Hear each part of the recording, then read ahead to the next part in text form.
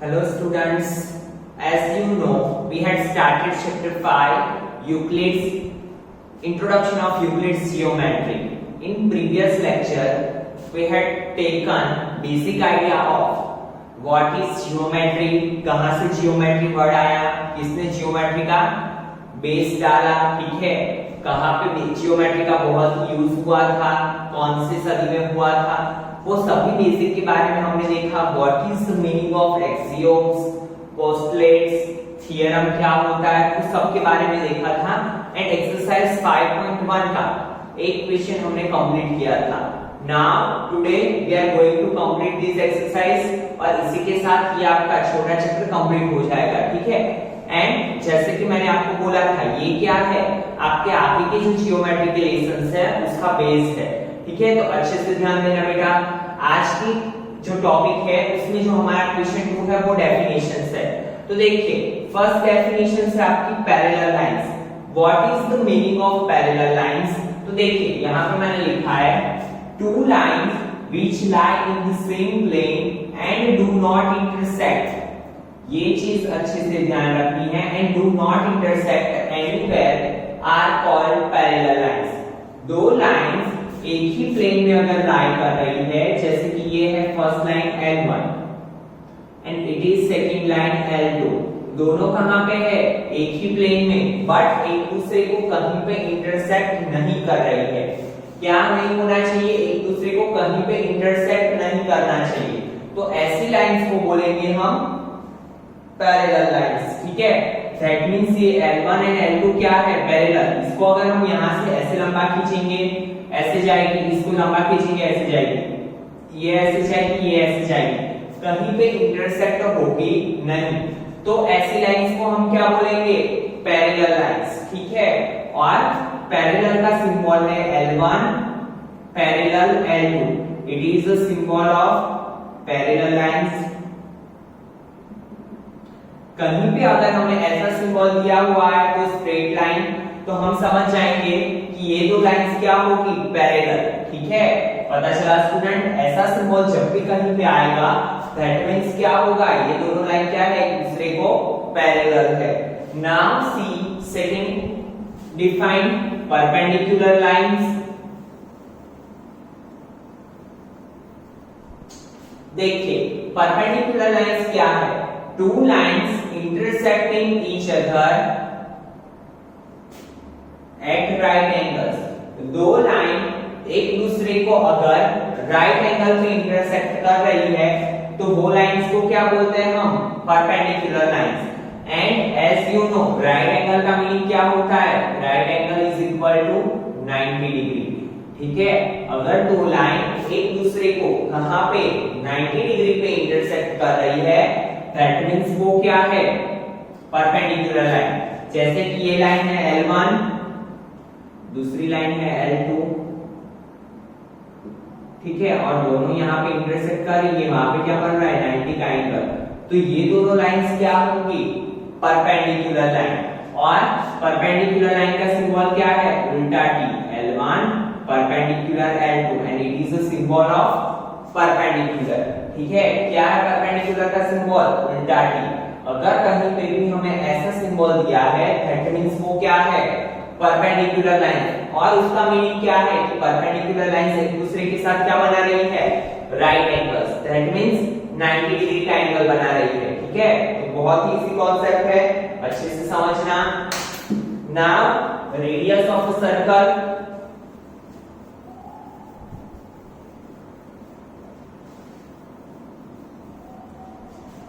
Any line segment joining the center of a circle to any point on its circumference is called a radius of a circle।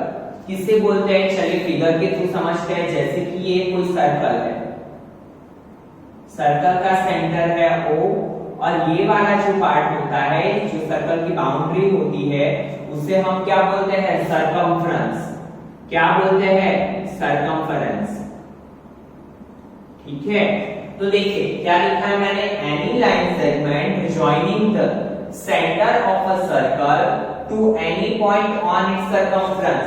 Centre circle के centre को circumference के कोई भी point के साथ अगर ये लाइन सेगमेंट ज्वाइन कर रहा है तो ये लाइन सेगमेंट को हम क्या बोलेंगे, रेडियस ऑफ अ सर्कल, जैसे कि यहाँ पे बी नेम दे दिया, ठीक है। अगर यही पॉइंट सर्कल के, यही लाइन सेगमेंट कोई और लाइन सेगमेंट सर्कल के सेंटर से इस साइड अगर ज्वाइन कर रहा है, यहाँ पे नाम दे देते हैं, then OQ is the radius of a circle, ठीक है। तो कोई भी पॉइंट अगर क्या कर रहा है, कोई भी line segment centre of a circle को सरकमफ्रेंस के साथ ज्वाइन कर रहा है तो उसे क्या बोलेंगे हम, रेडियस ऑफ अ सर्कल। और सर्कल में जितनी भी रेडियस होगी, अगर यहाँ से ऐसे रेडियस हुई, ऐसे रेडियस हुई, ऐसे रेडियस हुई, कोई भी रेडियस होगी, सभी रेडियस का मेजर क्या होता है, इक्वल। अगर ये 5 सेंटीमीटर है तो ये भी 5 सेंटीमीटर ही होगा, ये भी 5 सेंटीमीटर होगा, ये भी 5, ये भी 5, ठीक है। कभी भी एक ही सर्कल के रेडियस के मेजर अलग-अलग नहीं हो सकते हैं। तो आई होप ये समझ में आया होगा। फिर से एक बार समझते हैं, सर्कल के सेंटर से सर्कल के सरकमफ्रेंस को जो लाइन सेगमेंट ज्वाइन करता है वो लाइन सेगमेंट को हम क्या बोलते हैं, रेडियस ऑफ अ सर्कल, ठीक है। Then line segment, what is the meaning of line segment, ये तो आप पहले पढ़ चुके हो, बट फिर से एक बार रिवाइज करते हैं हम।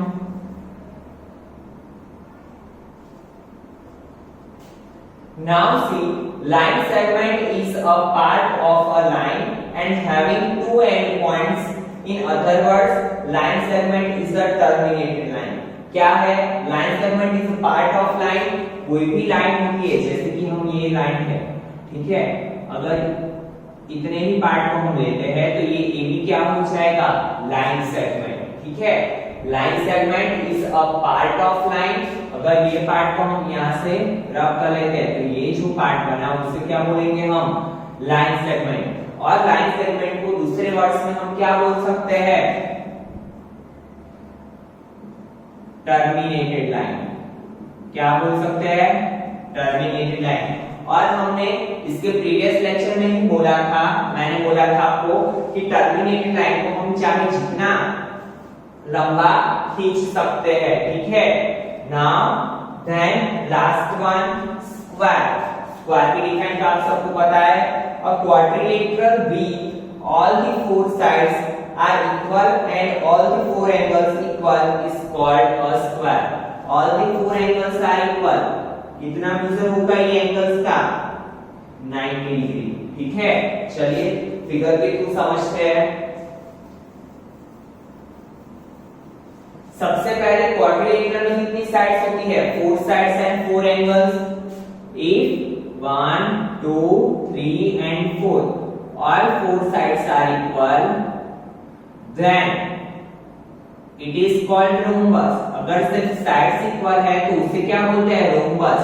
But all sides and all angles are equal and all angles are of 90 degree, then it is known as square. In square, all 4 sides are equal and all angles are also equal and it is of 90 degree, ठीक है। तो जब भी कोई quadrilateral ऐसा दिया है कि जहां पे चारों साइड्स के मेजर सेम है एंड चारों एंगल्स के मेजर सेम है तो उसे हम क्या बोलेंगे, स्क्वायर, ठीक है स्टूडेंट्स। तो इसी के साथ आपका क्वेश्चन नंबर 2 कंप्लीट हुआ। Now see question number 4। Question number 3 आपको करने की जरूरत नहीं है, वो आपका ऑमिट है।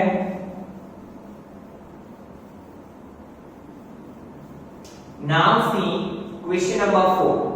If a point C lies between two points A and B such that AC is equal to BC, then prove that AC is equal to 1/2 AD. ये चीज हमें प्रूव करनी है, ठीक है। Explain by drawing figure. हमें क्या करना है, फिगर ड्रॉ करके उसको एक्सप्लेन करना है। सबसे पहले एक एक स्टेटमेंट पढ़ते जाएंगे और उस अकॉर्डिंग हम अपनी फिगर बनाते जाएंगे। क्या बोला है, if a point C lies between two points A and B, तो एक लाइन सेगमेंट बना देते हैं AB। AB के बीच में क्या है, एक पॉइंट है C, कैसा कि जैसे AC is equal to क्या हो, BC। AC और BC का मेजर क्या दिया हुआ है, equal. Then prove that AC is equal to 1/2 AB। हमें क्या प्रूव करना है, AC is equal to 1/2 AB। अभी देखिए फिगर देख के हमें पता चल रहा है कि AC में AC प्लस BC मिला के पूरा लाइन सेगमेंट बन रहा है, क्या है AB। फिर से समझिए, जो पूरा लाइन सेगमेंट था AB वो दो टुकड़ों में बटा हुआ है, कौन से, फर्स्ट पार्ट है AC, सेकंड पार्ट है BC। अगर AC और BC को हम कंबाइन करते हैं तो हमें क्या मिलता है, AB। तो हम ऐसा लिख सकते हैं, नाउ सी हमें क्या दिया है, AC is equal to BC। तो देखिए हमें सिर्फ जरूरत किसकी है, AC और AB की, BC की कोई जरूरत नहीं है। जो चीज हमें प्रूव करनी है, फिर से एक बार समझिए स्टूडेंट, क्वेश्चन में जो चीज हमें प्रूव करनी है उसमें हमें जरूरत किसकी है, AC और AB की। कहीं पे भी हमें BC की जरूरत नहीं है, तो हम BC को क्या करेंगे, हटाने का ट्राई करेंगे। वो कैसे हट सकता है, तो देखिए हमें यहाँ पे क्या दिया हुआ है, AC is equal to BC। तो BC की जगह पे हम क्या लिख सकते हैं, AC, बिकॉज क्या दिया है, AC is equal to BC। तो C यहाँ पे लिखेंगे AC प्लस BC की जगह पे AC is equal to AB, because BC is equal to AC। तो हमने क्या किया, BC की जगह पे AC लिखा, क्यों, क्योंकि हमें BC की जरूरत नहीं है। नाउ AC प्लस AC क्या होगा, 2AC is equal to AB। Now 2 हमें इस साइड नहीं चाहिए, तो हम इस साइड लेके जाएंगे। तो देखिए AC के साथ 2 मल्टीप्लिकेशन है, इक्वल टू के इस साइड जाएगा तो मल्टीप्लिकेशन का क्या हो जाता है, डिवीजन।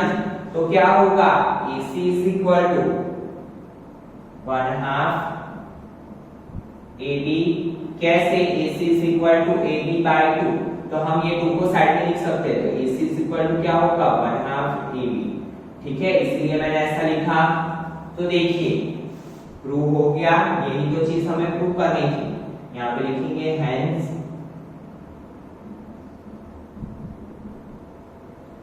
प्रूव।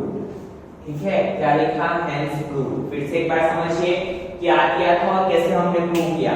हमें क्या दिया था, if a point C lies between 2 points A and B such that AC is equal to BC। कोई एक पॉइंट C है वो AB के बीच में आया है कि कैसे, AC is equal to BC होगा ना।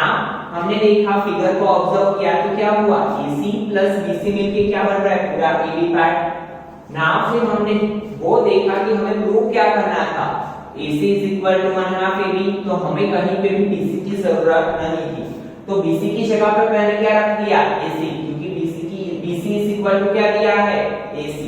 ठीक है, तो BC की जगह पे मैंने क्या रखा है, AC plus AC, 2AC is equal to AB। So AC is equal to क्या होगा, 1/2 AB। Hence proved। Now see question number 6। In the given figure, if AC is equal to BD, then prove that AD is equal to CD। Again prove करना है क्या, AC is equal to BD दिया है। ठीक है, हमें क्या prove करना है, AB is equal to CD, और ऐसी फिगर दी हुई है। नाउ C जो दिया है वो लिख लेते हैं, क्या दिया है, AC is equal to BD। Now देखिए AC is equal to BD। अभी देखिए AC किससे बन रहा है, इतने AC वाले पार्ट को देखिए तो वो 2 लाइन सेगमेंट से बन रहा है, 2 टुकड़ों से बन रहा है। एक टुकड़ा है AB, दूसरा टुकड़ा है BC। तो AC की जगह पे क्या लिख सकते हैं हम, AB प्लस BC। क्यों मैंने ऐसा लिखा, क्योंकि AC 2 टुकड़ों से बन रहा है, AB एंड BC से। ठीक है, वैसे ही BD 2 टुकड़ों से बन रहा है, BC एंड CD। तो BD की जगह पे मैं क्या लिखूंगा, BC प्लस CD। ठीक है, नाम आपको पता है कि दोनों साइड जब इक्वल चीजें होती है तो हम इसे कट कर सकते हैं। तो BC क्या हो जाएगा, कट। तो बचा क्या, AD is equal to CD। तो वही तो चीज हमें प्रूव करनी थी, हेंस प्रूव। बहुत ही सिंपल सा क्वेश्चन था, फिर से समझिए। क्या दिया था हमें, AC is equal to BD, ठीक है। AC is equal to BD दिया था, तो हमने देखा, फिगर को ऑब्जर्व किया, AC दो टुकड़ों से बन रहा है, कौन से AB एंड BC से। तो AC की जगह पे मैंने क्या लिखा, AB प्लस BC। वैसे ही BD दो टुकड़ों से बन रहा है, कौन से BC एंड CD। तो BD की जगह पे मैंने क्या लिखा, BC plus CD।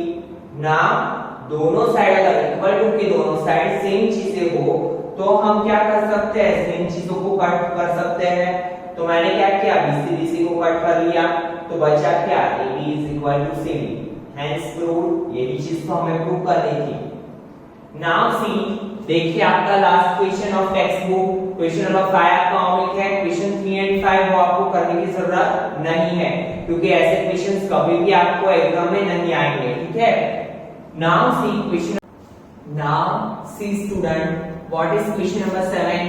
Why is axiom 5 in the list of Euclid's axioms considered a universal truth? First of all, what is the meaning of universal truth? That means आप कहीं पे भी वर्ल्ड में जाओ, ये चीज सही की सही ही रहेगी, ठीक है। वर्ल्ड के आप कोई भी पार्ट में जाओ, वहां पे ये स्टेटमेंट क्या रहेगा, सही रहेगा। सबसे पहले मैंने आपको प्रीवियस लेक्चर में बताया था कि what is the meaning of axioms, और यूक्लिड ने जो एक्सियोम्स बताए थे वो हमने यहाँ पे लिखे थे, one by one each axioms I explain you, ठीक है। तो फिर से यहाँ पे देखिए क्या बोला है, एक्सियोम 5 के बारे में बोला है। तो सबसे पहले हमें वो पता होना चाहिए कि एक्सियोम 5 था क्या। अगर वो ही नहीं पता होगा तो हम एक्सप्लेन क्या करेंगे। तो देखिए यहाँ पे मैंने लिखा है, Euclid's axiom 5 states that the whole is greater than a part। क्या था यूक्लिड का fifth axiom, whole is greater than the part। अभी आप एक चीज सोचो कि पार्ट मींस क्या होगा, कि वो जो होल पार्ट है, होल मींस पूरा पार्ट, उसका एक हिस्सा, ठीक है। जैसे कि हम एक एप्पल का एग्जांपल ले लेते हैं, पूरा एप्पल है, अगर उसको हमने 4 पार्ट में डिवाइड किया तो हर एक पार्ट क्या होगा, जो पूरा एप्पल था, होल एप्पल था, उससे क्या होगा, छोटा। कोई भी चीज ले लेंगे हम, अगर देखिए यहाँ पे जैसे कि एक मार्कर है मेरे पास, तो ये ढक्कन जो मार्कर का है वो क्या होगा, मार्कर का पार्ट। तो ढक्कन क्या है, मार्कर से स्मॉलर। तो कहीं पे भी आप जाओगे पूरे वर्ल्ड में, जहां कहीं भी पार्ट की बात आएगी, वो पार्ट क्या होगा, जो होल है उससे लेस देन ही होगा। तो देखिए हम क्या लिखेंगे, the word part itself is meant for something which is less than the whole. Part का मीनिंग ही वो ही होता है कि वो ऑलवेज क्या होगा, जो होल पार्ट है उससे smaller. This is true for anything in any part of the world and it is true for anything in any part of world. World के कोई भी हिस्से में हम जाएंगे, वहां जो पार्ट होगा वो क्या रहेगा, ऑलवेज लेस देन ही रहेगा जो होल पार्ट है उससे, क्योंकि पार्ट क्या है, होल का हिस्सा, ठीक है। तो हम इस तरीके से इसको एक्सप्लेन करेंगे। और इसी के साथ स्टूडेंट आपका चैप्टर 5 कंप्लीट हुआ। चैप्टर 5 की एक्सरसाइज 5.1 कंप्लीट हुई। तो फिर से एक बार रिवाइज कर लेते हैं कि हमने ये चैप्टर में क्या क्या सीखा। सबसे पहले हमने क्या सीखा, जियोमेट्री का मीनिंग क्या होता है, जियोमेट्री कहाँ पे यूज होता है, एक्सियोम क्या होते हैं, पोस्टुलेट्स क्या होते हैं, यूक्लिड ने कौन से एक्सियोम्स दिए, क्या पोस्टुलेट्स दिए, उसके बारे में हमने देखा। थ्योरम का मीनिंग क्या होता है वो हमने देखा, ठीक है। और उसके बाद हमने क्या किया था, एक्सरसाइज 5.1 स्टार्ट की थी। नाउ मैंने आपको जो 5 डिफाइन लिखवाई जो आपकी टेक्स्ट बुक में है, उसके बाहर की थोड़ी एक्स्ट्रा मैं आपको डिफाइन यहाँ पे एक्सप्लेन कर रहा हूँ, ताकि आपको पता चले कि हमने जो डिफाइन में वर्ड यूज किए थे उसका मीनिंग क्या होता है, ठीक है। तो देखिए फर्स्ट डिफाइन है आपकी centre of a circle. What is the meaning of centre?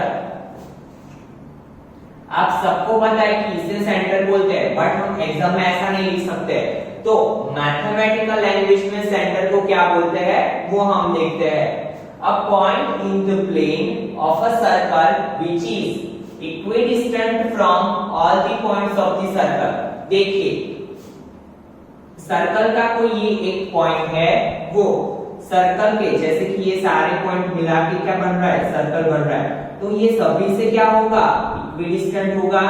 तो क्या लिखेंगे हम डिफाइन में, a point in the plane, plane में जो एक पॉइंट है of a circle which is equidistant from all the points of the circle, which is equidistant from all the point of the circle is called the center of a circle. Plane में एक point है जो circle का, वो सभी point से क्या होगा, इक्विडिस्टेंट, तो वो पॉइंट को हम क्या बोलेंगे, centre of the circle. So I hope so ये डिफाइन आपको क्लियर हुई होगी। Now next define circumference. Circumference किसे बोलते हैं, तो मैंने आपको पहले ही बताया था कि ये जो पार्ट होता है उसे सरकमफ्रेंस बोलते हैं, बट मैथमेटिकल लैंग्वेज में क्या बोलेंगे, तो the length of the boundary. देखिए ये क्या है, इसकी बाउंड्री, ठीक है, तो ये जो बाउंड्री है, जो उसकी पूरी लेंथ है, the length of a boundary of a circle is called its circumference. ठीक है, जो सर्कल की बाउंड्री होगी उसकी जो पूरी लेंथ है उसे हम क्या बोलेंगे, सरकमफ्रेंस ऑफ अ सर्कल। ठीक है, again the length of the boundary of a circle is called its circumference. जो सर्कल की लेंथ, बाउंड्री की लेंथ है उसे क्या बोलेंगे हम, circumference. Then third, quadrilateral, a closed plane figure having 4 sides and 4 angles is called a quadrilateral. Quadrilateral किसे बोलते हैं,